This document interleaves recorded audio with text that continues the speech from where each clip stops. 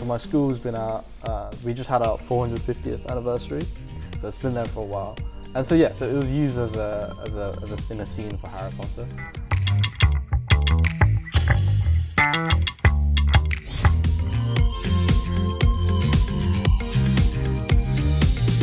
You know, now it's not often that I do this, Yujin. Matter of fact, you're the first person I've ever done this with, where I've met them in the morning, seen them a couple of times, convinced them to come in and do a podcast. Right. I want to thank you so much for being willing to do it. I really do. You told me that you were born here in Japan, right? Yes. All right. You have brothers or sisters? I have I'm an older brother. Okay. He's 3 years above. He's 21 right now. He's 21 right now? Yeah. And you're 18, right? I am. Okay. When do you turn 19? June. In June? Yeah. So okay. I'm quite late. You're quite late. Okay. So you went to school here too, right? Yeah, I did. All right. Now you're living with your mother and father right now? I am. All right. You grew up in Tokyo. You mean you grew up in Tokyo? So I was born here. So that's 2004, and then I left our family moved to Hong Kong for a bit. Okay. So we were there for about 4 years. Right. And then after that, then we came back. This is because of my dad's work. Which you're not sure what it is. Well, I just understand that it's something in the food business. Okay. I can't give explicit information because I have no idea really. But that's. But have you ever asked? Like.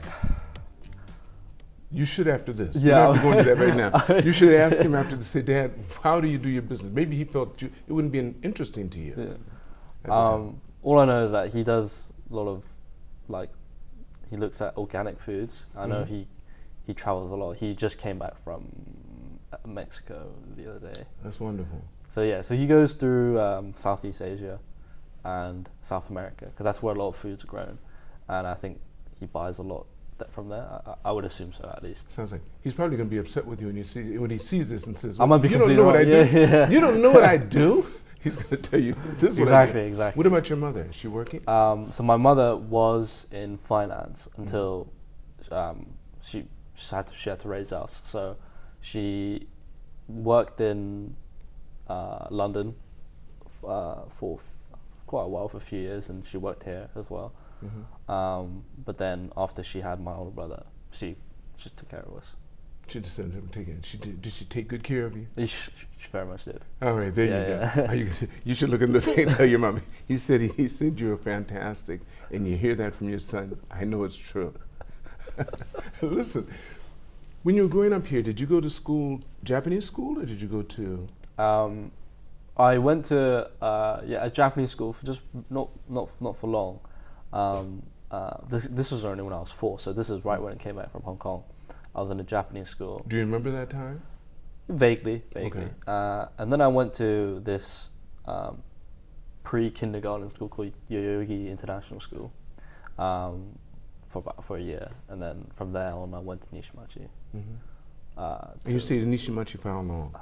7 years, I would say. 7 years. Yeah, from 2009 to 2016. Right, you were there when Christian was the headmaster. Yeah, I was. Okay, wow. So what sports, were you more sports? Yeah, I was more of a sports guy. Is that right? I would say so. Yeah, I was just to skip a few years, at my boarding school I was a athletic scholarship.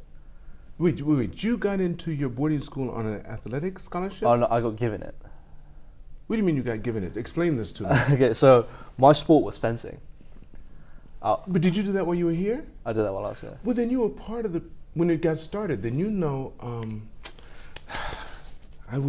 I'm sorry for forgetting your last name. The brothers, 3 brothers, the mother basically started it. The father's, I want to say he's Italian, but he isn't. Lorenzo. That's my best friend. Oh, what's his name? Davide. Davide, yes, because his brothers, I taught Davide. They were all in my program. There's 3 of them. Yeah, there's 3 of them. And Davide's mother's the one that really pushed it here while I was here. Yeah, I was president. My mom was involved in that too. Isn't that wonderful? Isn't that beautiful? See how small the world is? Yeah. Us getting on the elevator. See, that's why I'm doing this podcast, because I know so many people in this area, and I've known them for a long time. And what happens is, we see each other, like we've seen each other, right. And we probably have, because it's a small community, a lot of common relationships with other different people. However, we don't talk to each other about that. We just say good morning and that's it. I want us to get to know each other. We have enough people doing interesting things among ourselves that we'd never have to go outside the circle if we didn't want to. That's what I hope for. I'm so happy to have you on this, Yujin. So you did fencing. Yes. But I thought he was better. Davide was really good. Oh no, he's the number one. Yeah, because he's at UPenn for fencing right now. Wow. Yeah, he's can't really compare much to him. But I started about 2 years maybe after he did. So I started when I was 8. And we first started fencing at a Japanese club. And that's it's a club, where they teach you discipline. It's very Japanese, it's very traditional, the way they teach sports, the program. And from there we came here, we came to TAC, where a new program was formed. Right. And because of his mother and your mother? Yeah, and so, let's do it. we started that and it seemed good. Is it still going on here? Do they still I think so. Right, because I remember when she did it was big. Yeah. We put it in InTouch and everything. You guys use the gym? Yeah, oh, yes. Me and David, we were on that InTouch magazine. Yeah, we were super small. You guys were on the InTouch, so I'm going to have to get a copy of that. We were in the front, yeah. Is that right? Yeah, it was pretty, I remember that day because we were excused from actually training because we had to do all these photo shoots. yeah, in the gym down there.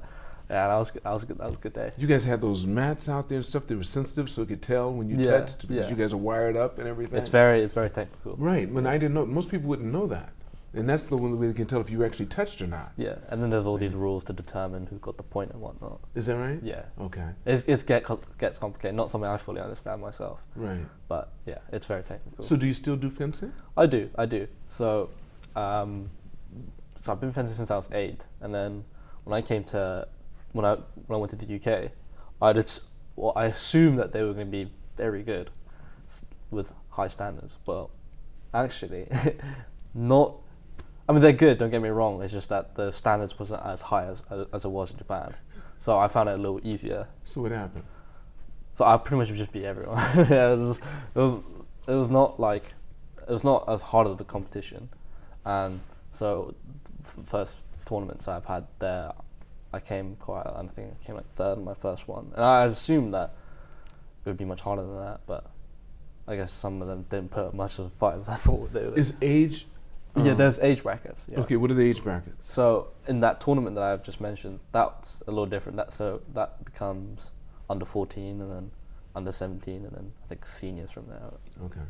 And so what age bracket were you in? So that first time I went, I was 13, and so I was in under 14. Then I came 3rd, and then the next year I went. I went to the under 17 division. I was 14. I came 7th, I think.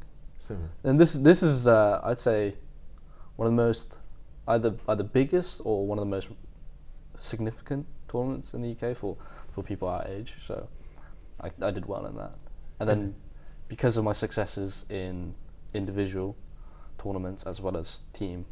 I got given a scholarship. Okay. No, but when you at Nishimachi, of course, you were doing fencing while you were at Nishimachi? I was, yeah. You started at what age? 8. 8? Yeah. What were you doing prior to that? Football or soccer. Okay. Yeah, so that was my first sport, and I still love it because I enjoy it all the time. That was my first sport. I've always loved that game, and I did it throughout until I kind of stopped around 15 because I wanted to focus on fencing, and yeah, so I kind of stopped at that age. But now, were you being pushed into fencing, or did you really want to do it? Oh, it was my idea. Yeah. Well, Davide was there too. Yeah, no, because Davide was like, you want to just come once, and Mom was like, yeah, you should. I was like, okay, sure, why not?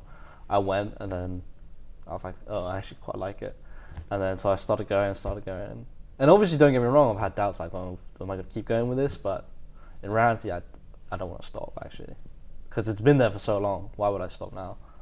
So yeah, that's nice. That's nice. It's great. Because Davide's brothers, Luca, I just remembered his name. Luca and Alessandro. Right now, Luca's the oldest. Yeah. And that's who I remember the most because I had Luca, yeah. and then Alexandro came after that, and then finally I had Davide, because they had all three of them in my gymnastics program. Right. Right, so you're doing that. You never did the gymnastics program, I don't did you? think so. No. No, you would have known if you did. Yeah. You'd be calling me Mr. Lee. See?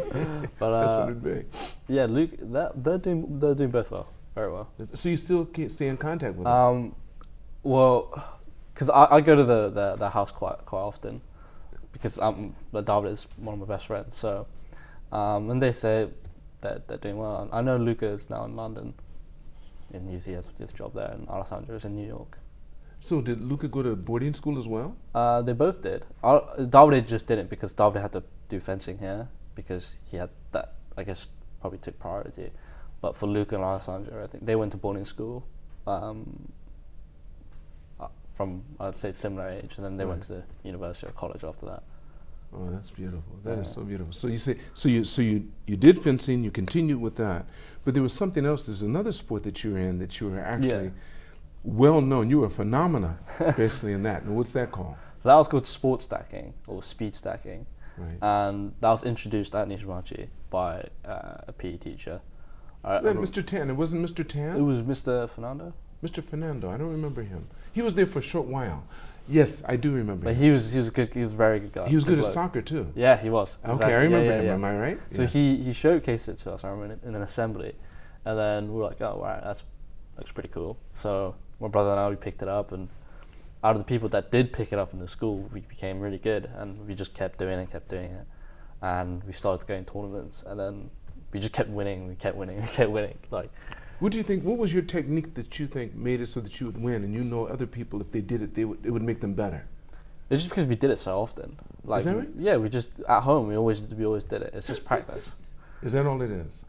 Well, the thing is, because at that age, you can't be that wise about your like how you do the skill sports, set. right? You're just doing it. So you just keep doing it, and then you realize, oh, you're pretty good at it, and then you just keep going, because you like the feeling of being pretty good at it. You like the feeling of winning. But So, you were doing it with your brother. it's not something you do together, but we were both doing. I mean, you guys would do it for time. I'm sure. Isn't it based on time? Yeah, it's based on time. Yeah. Okay, so you and your brother would do it. Yeah. Were you winning the most, or was he winning the most? Between the two of you. Well, the thing is, my brother's division was much harder. So when he entered, Oh. there was already people that are already very, very good. So in the beginning, I won more because there was, I guess, less people and in my division, because I was like 7, so I was really young. So it's easy for me to get into. For my brother, a little different, but he had a lot of his successes. Like, don't get me wrong, he won a lot, and so did I. And because we were so good, we went to we represented Japan for the World Championship. Well, this was ages ago, and so we went to Germany. Yeah, we went to Germany. That was a cool trip. Wait. Yeah. Both of you went together. Oh, obviously with my parents and. Okay, no, I know, Yeah. but he was with. So both of you had represented Japan at Yeah, the time. we both did. So there was there's a group of like 4 of us. So yeah, there was 4 of so us. two other kids. There were from 2 other somewhere. people, yeah. Okay. And so we went to the World Championships, in Germany. That was, I can't say how long ago, I don't remember, but we went to Germany and we had fun. I can't remember if we did well, but I'm sure we did. And then we went to Junior Olympics in America, the AAU. So we went to, the first time we went was in Houston, I think. Okay. We went twice. Oh, you went twice. Yeah, we went twice. Just in stacking. Yeah, just on stacking. Because it was really big in America. Because America, they were the best, so it was Okay. huge, really big. So we went. Yeah, I think it was Houston and Detroit. Okay. So we went there, and we enjoyed ourselves. And then there was So also. how'd you do? Do you remember how you did? Well, I definitely came back with a few medals. Did you? Yeah, that's I remember, because I still have it at home, those Okay. AAU medals. So I went there, and then I think there was the last World Championship we went to was Seoul, was in Korea, which was cool. So yeah, we traveled quite a lot just for this. Just from stacking. I know, because it was pretty big back in the day. And would both your parents go with you all the time? Yeah, they would. Oh, that's. And we were so wonderful. young, so we couldn't do it ourselves. But yeah, they That is accompanied us. fantastic. Yeah, it was really cool. That's neat. So those are pleasant memories for you to have. So then when you left Nishimachi, where'd you go? Then I went to BST for a year, BST. because at that time I already knew I was going to go to boarding school in the UK. So Right. my family, well, my mum thought it was best for me to adjust into that English system, and the best way to do that would be to go to BST for So a you year. went to the Showa campus. You didn't go to the I went to the Showa Shibuya campus, yeah. Okay, you had to. So I was there for a year, and then from then on, I went to boarding So school. when did you pick up the accent? It couldn't have been that 1 year at the Showa campus, was it? Well, at that time, I could pick it up, but I can also change back to an American accent very easy, because I had an American accent for the longest time until then. So you can still do that? Not anymore, no. If I do it, I sound stupid. I can't do it anymore. But I tried to, yeah, so even still while I was at boarding school, the first year, I can still change back, but then gradually it just sticks, like completely, like permanently, and you can't change back. You can change back if you want to. You can. When you're talking about it, I'm sure you could. If you wanted to imitate someone who spoke English, you could do it real well. If I can imitate it, right? Yeah, to a certain extent. I understand. But not to the extent if it was actually natural or okay. Yeah. So you're really comfortable with your accent now? Yeah. This is kind of the way I speak now.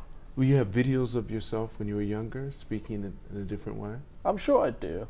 Not on my phone, unfortunately, but I definitely have videos of just the way I spoke. Yeah. Okay. So now you knew you're going to boarding school, and of course your closest friend, all of his brothers went to boarding school. So you didn't have any real fear about doing it, or apprehension.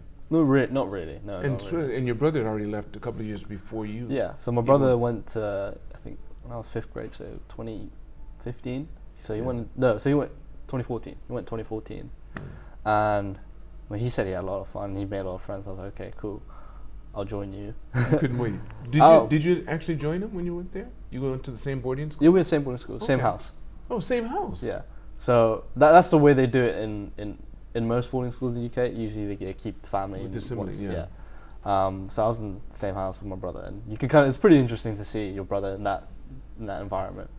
How so? How so? Well, it's different because you have a brother at home. Oh, at home, your brother is, well, I don't know how to really put it into words, but it's more, your brother becomes more professional at school because he's surrounded by different people rather than his parents, our parents were you're more comfortable with, if you know what I mean.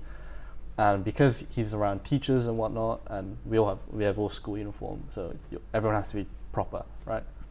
So yeah, it is a little different. Because of course, him being your brother being your older brother, yeah, you're looking up to him. Yeah, exactly. And you're trying to get your cues from him, how he acts. Yeah. And you say, wow, he's not lying around like he does at home. And No. You know, just acting like it doesn't matter. Yeah. Now he's but of course, his persona doesn't change. It sticks with him. But it's just the environment can also change you. So to an extent, yes, he was a little different. Oh. Yeah. But yeah, so my brother was there he left in 2019. So I had 3 years of just myself. So it was cool to see different sides. And I've enjoyed every 5 years. I think going to boarding school is probably the best decision I've ever made. You made that decision? I did, yeah. No, I don't think you had a decision. Wait. It's a bit of both because I was so young. So that's true. But I was like, all right, my brother's there. Why not? My other best mate, I became friends with him at BST, and he went off to boarding school. He went to one of those top boarding schools in the UK, which I was actually going to join him at that school because I also got there's a school called Charterhouse, and his brothers, all his brothers went there, but no, he went to boarding school at the same time I did, and we're still best mates now. Yes. Yeah. But then you decided to go with where your brother was. Yeah, because right, it's your brother. Yeah, it's my brother. Right. Yeah. So that's what we did, and that was a good choice for sure. So what was it like there? I mean, what was your experience? How do you see boarding school different from going to a regular private school here? Oh, it's so different. Okay, how? It's Tell so me some different. things. Start off. The school that I went to is generally seen as quite posh, and why is that? And because it's a lot of like middle, upper class English people. Okay, well, name someone famous who went there. Winston Churchill. I guess that's pretty famous. Winston Churchill, Lord Byron. Okay. So there's a lot of big names at our school, and a lot of as well as from all aspects. So it could be politics or whatnot, like Winston Churchill, and it can, in a lot of sports. We're quite a sporty school, but yeah. So it was a good decision. And what's so different about it is really just the environment. You're in from Tokyo, which obviously if you compare it, okay, let's say about architecture of buildings, that's so different between Tokyo and between the school I was in. It's very, very different, because Tokyo, in essence, to another person's eye, at least from the West, is so futuristic, whilst England is quite old and ancient, if you could say. Could I use the analogy of Harry Potter?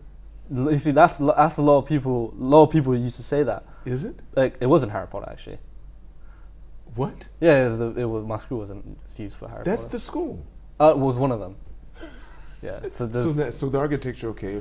If you haven't seen Harry Potter, go see it and you'll see what he's talking about. Not a lot of square buildings. These are more coming to a point and more historical. I mean, they've been around for a long time. Yeah. So my school's been out. We just had our 450th anniversary, so it's been there for a while.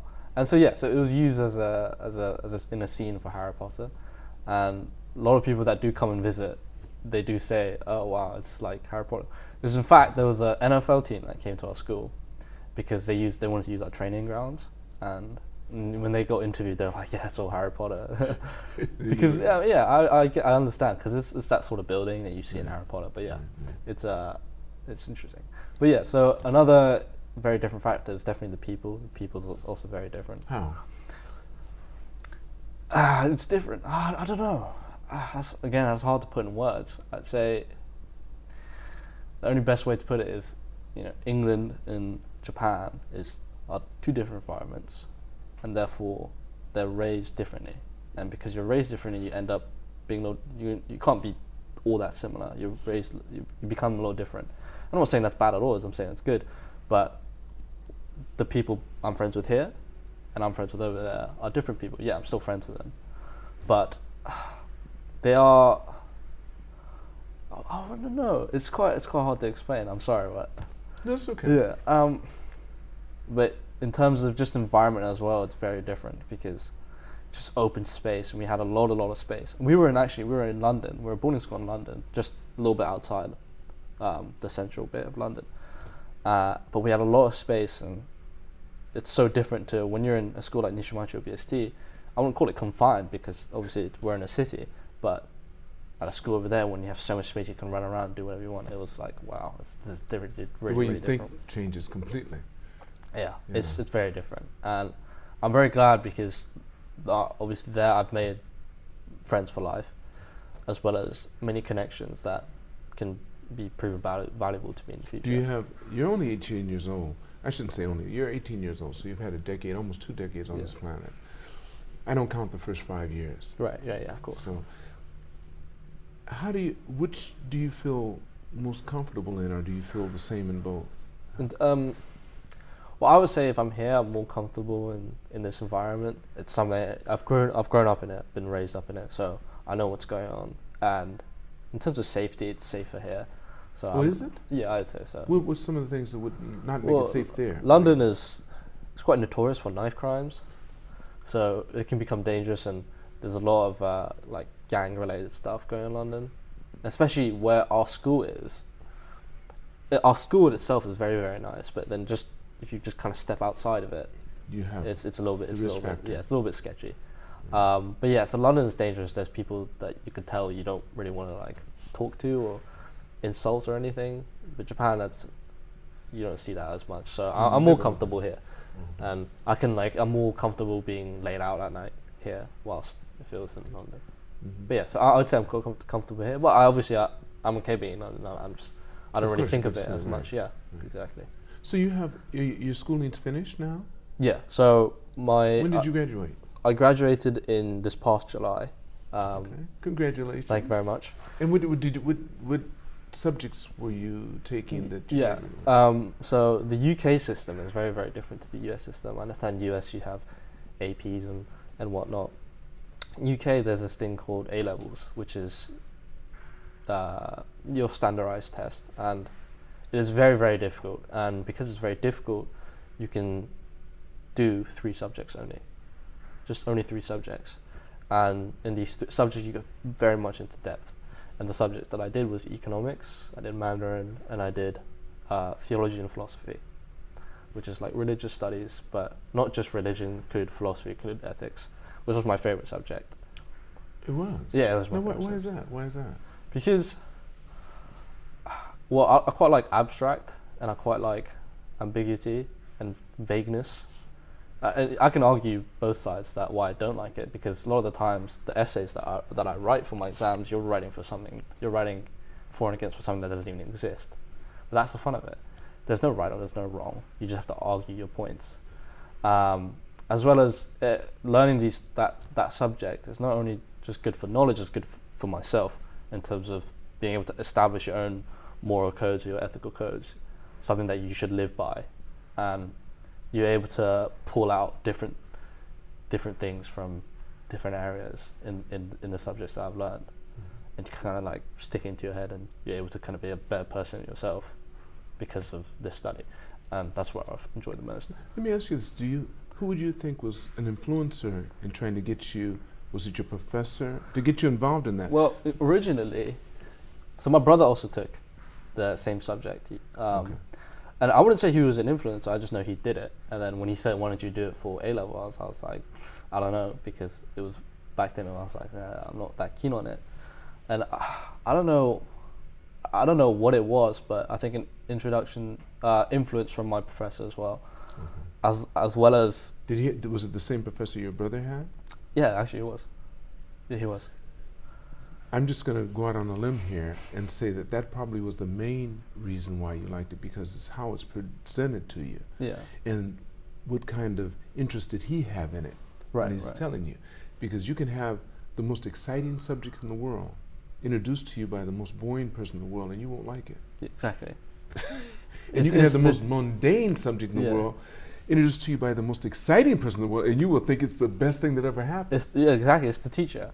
But also, in addition, if we just look out from that, I guess that more subjective way, there's also just the course in itself. I just enjoyed talking about, is what he or she did right or wrong, and you kind of enter this discussion, and it becomes something that gets heated because everyone thinks differently, and I've always enjoyed that. So I chose it, and don't get me wrong, it's extremely difficult. There's a lot of topics to learn. I think there was about like 72. Well, you're not finished with it. They're teaching you how to learn it. It's continuing, and it's really difficult, and it's seriously really hard. And I was able to pull through at the end. And so the grades that I received at the end, because these exams, they happen at the end of the year, and after that you're finished, and they give you the results during summer. And yours were? I think I was 1 away from perfect grade, so I did very well. Very well. And if you ask my peers, they would be like, what? Because I was never a smart student. I was never smart at all. But you enjoyed these subjects. But I also worked hard. Did you? I did. What do you think prompted you to do that? Well, I don't like the because I was, for the past, I guess for at least 10, 12 years of my life, my grades weren't exceptional, and I started to get tired of it, because especially at the school I went to, everyone's an academic, but especially my house was just, they're all pure geniuses. They all landed off to the best schools that you can name: Oxford, Cambridge, Princeton, all that sort of things. And so I was like, okay, I don't want to pull everyone behind. So for the last 3 years, I was like, okay, I better work. Because I don't want to fail. I don't want to just do bad. I wanted to do good. And so when it came around exam season, so I was able to have that discipline to tell my mind, you can't. But you were sticking with people that were doing the same. Yeah, I was, which helped. So it wasn't by yourself. It wasn't, but you couldn't have made it by yourself. No, I definitely wouldn't have. So you had a lot of people that you actually worked with, asked for their information. How'd you get this? This, right? And you see, when you see for yourself that these guys do so well in their academics, they perform so well, you're like, okay, I want a piece of that. But what they do, they just work hard. So I was like, okay, well, I'll just work hard. And although that's easier said than done, it's actually pretty simple. But they're working with someone. They're not working No, alone. you work by yourself. You work by yourself. Yeah, a lot of Right. when you revise and when you study, it's pretty individual because that's the thing that the school teaches you. Just don't always rely on people. Rely on yourself and make sure you do it. And as I said, it's easier said than done to just do it yourself and learn the material yourself. But it's actually pretty simple. You just do it.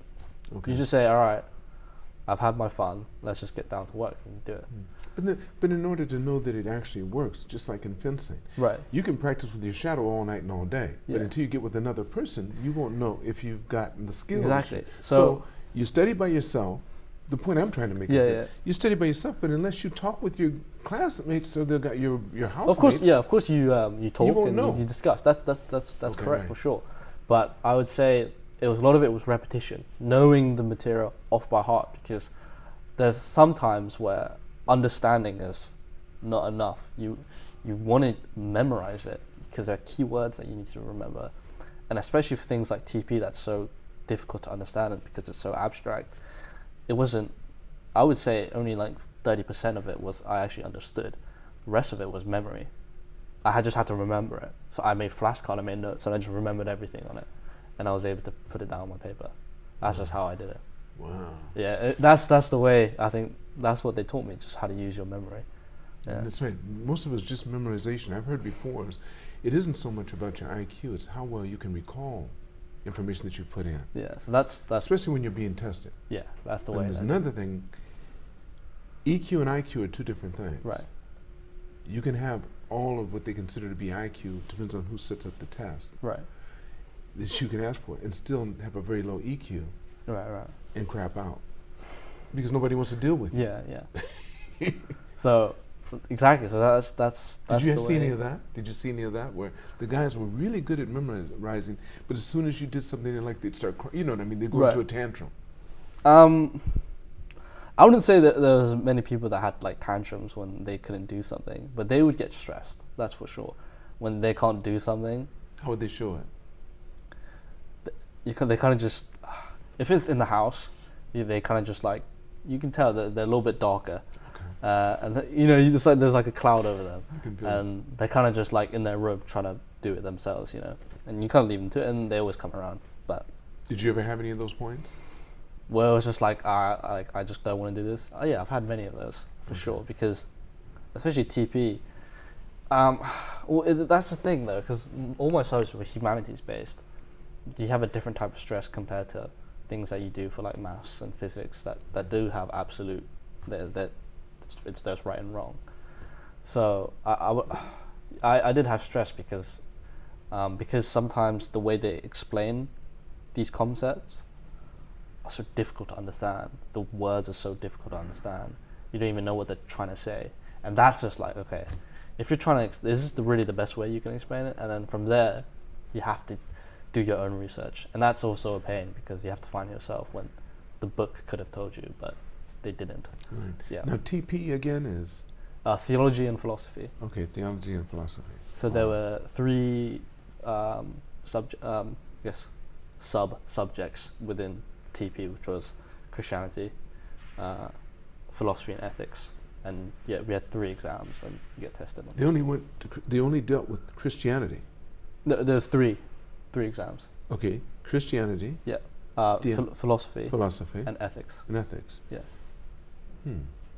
That's interesting. it's tough. There's a lot of. That's interesting. Yeah, and I remember for the longest time I thought, although as much as I liked the religion, Christianity as a religion, the things that we had to learn about it was god awful boring, because it's so technical, right? It's its own world. But at the end, I was able to not only know it, I was able to enjoy it a little bit more so than the previous times I was trying to learn it. But you didn't come out and decide you wanted to be a priest or anything, did you? No, of course not. I was able to be like, okay, I understand this. I get why people want to learn it, sort of thing. Yeah. Now, what'd you get into? Sorry. What college did you get into? So originally I was going to go to University of Edinburgh, which is in Scotland, which is a good school. I was going to go for international business and Chinese. And I had, the thing about the UK, you can only have 5 choices for university because you have just the one application, and you just send everything at once. And so I got into there's other good schools. There's very other good schools that I got into. I chose Edinburgh at that time, just thinking, because I like the city. I've been to Edinburgh and it's really nice.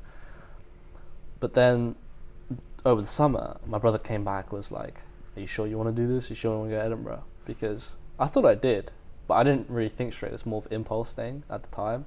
And so he let me think, and I was just looking through, just researching, because I was kind of like panicking. I was like, okay, do I actually want to go to this place? But I knew people that was going to the place. That's also why I felt comfortable. But instead, I don't think and then I kind of figured out that I didn't. So I rejected my offer at the end, and then I decided to reapply. So you haven't decided yet? No. I just submitted my application for this year. I've reapplied this year. Where's your brother going? My brother's at a school called UCL. UCL? University College London. Okay. It's one of those top schools in the UK, and he goes for architecture, and I don't know if he actually enjoys that or not, because I don't ask him those sort of questions, but I think I assume he likes the people he's around, at least. Yeah. Well, you can ask him next time. Yeah, just ask him. But so for university, no, I haven't. I don't know where I'm going yet. When do you decide? They can they can come in between now till May. So you would decide actually early June. Okay. So I have a lot of time. And in the meanwhile, I'm doing other things. So I'm doing a lot of internships. Well, I plan to do. Actually, today I have an interview after. To go where? Internship? Yes. Oh, right. So today I have this interview with, actually funny enough, he's the guy I met at TAC. Okay. He runs IHG ANA, the hotel chain in Asia. Doing what will you be doing? He mentioned a few things. I don't know if that's concrete or not, but something like the real estate team or the sales team as an internship, which should be good. That'll be for a few months, and I'll see whether I can do that. That's hopefully soon. And then I have a few other opportunities elsewhere. But yeah, so that's what I'm going to be doing during my gap year, because I don't want to waste my time. I want to get. So you're going to be here for a year? Yeah. Well, that means that I can have you on again before you leave, so I can find out how everything what turned out. I've done. Yeah, that'd be sure. fantastic. Yeah. I'd like to do that. Yeah, we can do that. We can do that. That's great. Just before I leave, so maybe in August or something. So make sure, in case I don't get with you, you get back with me. Yeah, I want you to. Okay. Now, one last thing. I usually ask people, they're older than you. I ask them if they would go back to see their 20-year-old, but you're not even 20 yet. So why don't we do this? How do you see yourself when 20 years from now? 38, right. Yeah, when you're 38 years old, how do you see yourself? What kind of pictures do you have of yourself? Well, if you could have whatever you wanted. Well, it starts off with the obvious facts of obviously wanting the tangible results of success. So in terms of tangible, in terms of like you're comfortable, you have money, you live in a good house, and you eat well, and you're able to afford things that you want. That's the obviously obvious factors. But then also, I think more importantly, within the business side, in terms of having a job or something that I enjoy, and I can do what I hope to be able to do with using morality, I guess, good morals as a center of the way I make decisions, because there's a lot of times where whatever profession there may be clashes between two different ethics, and that's quite, I want to say it's stressful, but it's not something that you always want to be in. So if you're able to just do what seems morally good to you, as well as, and which hopefully produces good results, then that's kind of the more important thing for me.